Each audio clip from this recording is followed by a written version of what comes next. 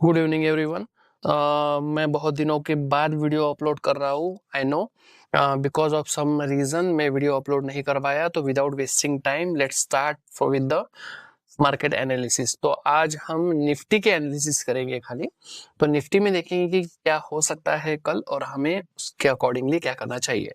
तो if you see कि market बहुत फॉल हो चुका है कई दिनों से और लोग वेट कर रहे हैं बाउंस बैक की, बाउंस बैक भी नहीं हो रहा है। तो उसके पीछे सबसे बड़ा रीजन है एफआईआईस की सेलिंग, जो कंटिन्यूअसली सेल करते जा रहे हैं। एक भी दिन उनका बाइंग नहीं है। आई थिंक एक दिन बाइंग आया था, वो भी बहुत मिनिमम था 500-600 करोड़ का। लेकिन जब वो सेल कर रहे हैं तो हजारों करोड़ में सेल कर रहे हैं। लाइक फ्राइडे को उनका नियर अबाउट सेलिंग था 11 to 12,000 crore and same 11 to 12,000 crore था सेलिंग। एंड सेम डीआईएस ने बाय किया था, उन्होंने थोड़ा सा मार्केट को सपोर्ट किया। लेकिन सोचो एफआईएस की सेलिंग से कितना असर पड़ता है। तो एफआईएस की बाइंग हमें रिक्वायर्ड है। तो अभी हमारा प्लान क्या है कल की लिए निफ्टी के लिए? तो सीधा सीधा प्लान है कि अभी मार्केट सेल ऑन राइज ही चल रहा है, कोई भी वहां पर मुझे इंडिकेशन नहीं मिल रहा है कि वो पुल बैक करेगा। लेकिन इसमें छोटी सी आशा है कि पुल बैक कर सकता है। वो आशा क्या है वो आपको मैं वीडियो के एंड में या बीच में बताता हूँ कि क्या, जब हम उस टॉपिक पे पहुंचेंगे तब बताता हूँ।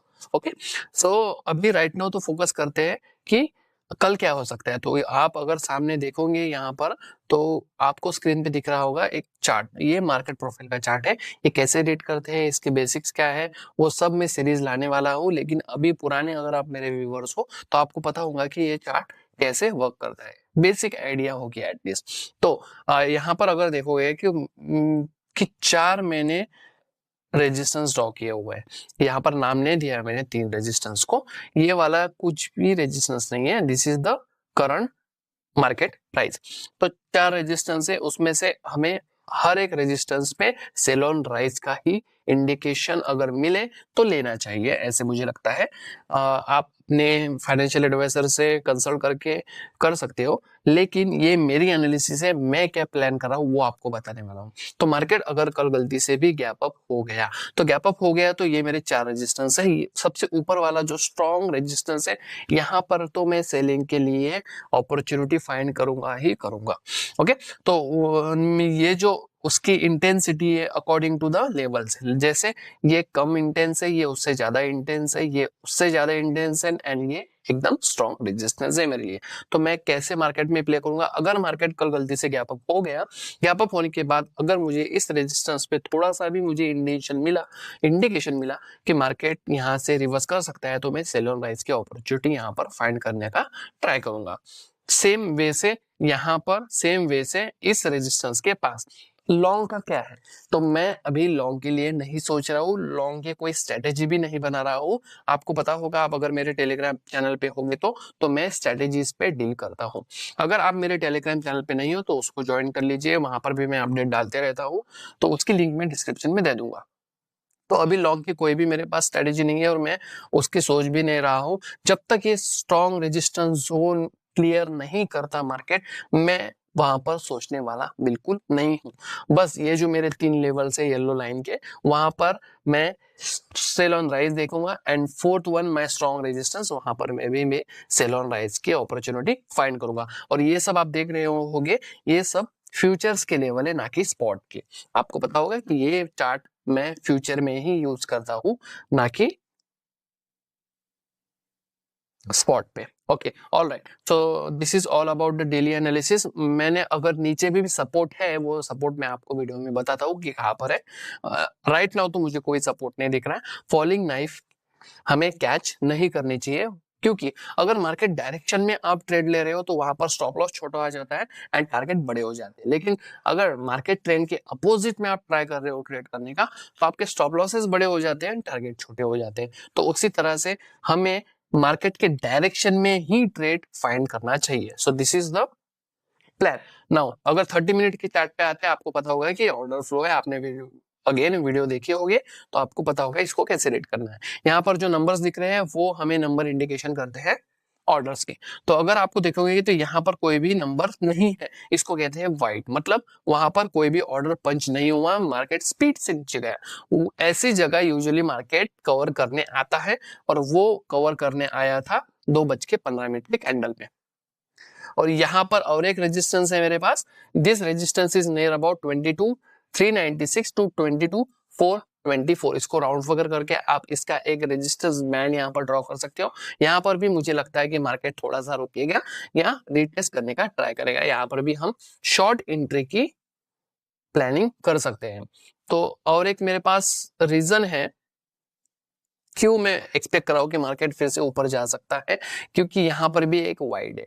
जैसे भी वाइड मैंने बोला जी, यहाँ पर भी वाइड होता है, वो क्लियर करने का ट्राई करता ही है मार्केट। ओके, तो ये एक वाइड है, तो यहाँ पर क्लियर करने का चांस है ऐसे मुझे लगता है। तो अगर वो क्लियर भी कर ले तो यहाँ पर ये वाइड कहाँ पर आ रहा है, 22,563 पे हम देखते हैं। यहाँ पर हमारा रेजिस्टेंस उसकी या 22,613 पे रजिस्टर है, मतलब वो वाइड क्लियर करने के बाद मार्केट यहाँ से भी नीचे जा सकता है, ऐसे भी हम प्लान कर सकते हैं। एंड ये जो लेवल है गाइस सब बस कल के लिए नहीं है, जब तक ये क्लियर नहीं होते तब तक ये वर्क करेगी मार्केट में। ये एक दिन हो या एक हफ्ता हो या एक महीना हो, अगर एक महीने तक भी यहाँ पर मार्केट नहीं आया तो ये भी रेजिस्टेंस वैसे ही इंटैक्ट रहेंगे।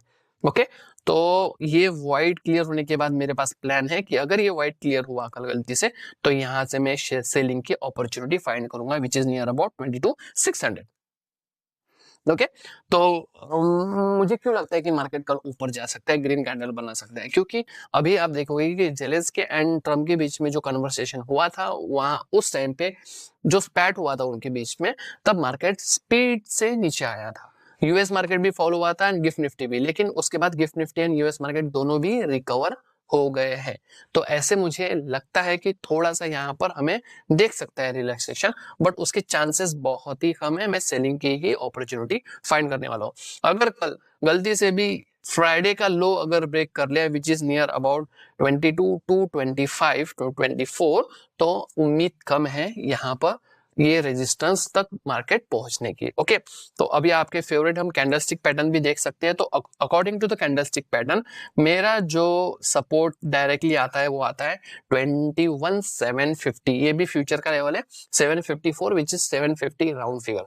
तो यहाँ पर मुझे लगता है कि मार्केट एक बार सपोर्ट दे सकता है। तो अगर मुझे मार्केट में लॉन्ग की अगर अपॉर्चुनिटी फाइंड करनी होगी तो मैं इस लेवल के अराउंड फाइंड करने का ट्राई करूंगा। उसके पहले मैं लॉन्ग नहीं ट्राई करने वाला। मतलब मार्केट यहां से मुझे अगर कोई बड़ी सी यहाँ पर ग्रीन कैंडल दिखा देता है इस लेवल पे लाइक दिस, तो मैं यहां से फिर से लॉन्ग की अपॉर्चुनिटी के लिए देख सकता हूं। तो this is the plan for tomorrow guys. तो आपको अगर कोई भी डाउट है, कोई भी क्वेश्चन है, तो आप मुझे पूछ सकते हो, मुझे कमेंट कर दिए, मैं हर कमेंट का यहाँ पर जवाब देता हूँ। आई होप आपको क्लियर हो गया होगा कि कल का हमारा क्या प्लान है। सो अकॉर्डिंगली प्लान हम वर्क करते हैं, और प्लान करेंगे तभी उसको एग्जीक्यूट कर सकते हैं एंड मिनिमम लॉस से मैक्सिमम प्रॉफिट हम कमा सकते हैं। ओके, सो आज के लिए बस इतना ही। I will try to keep with contact with you and I'll try to post a video every day। और मैं सोच रहा हूँ कि एक सीरीज स्टार्ट करता हूँ मार्केट ऑप्शन स्ट्रेटेजीज की। अगर आपको चाहिए कि मार्केट ऑप्शन स्ट्रेटेजीज की सीरीज में स्टार्ट करो तो प्लीज ऑप्शन स्ट्रेटेजी आप कमेंट कर लिए। अगर मिनिमम 50 भी कमेंट आ गए तो मैं वहां पर सीरीज स्टार्ट कर लूंगा। Okay, thank you for all, good night.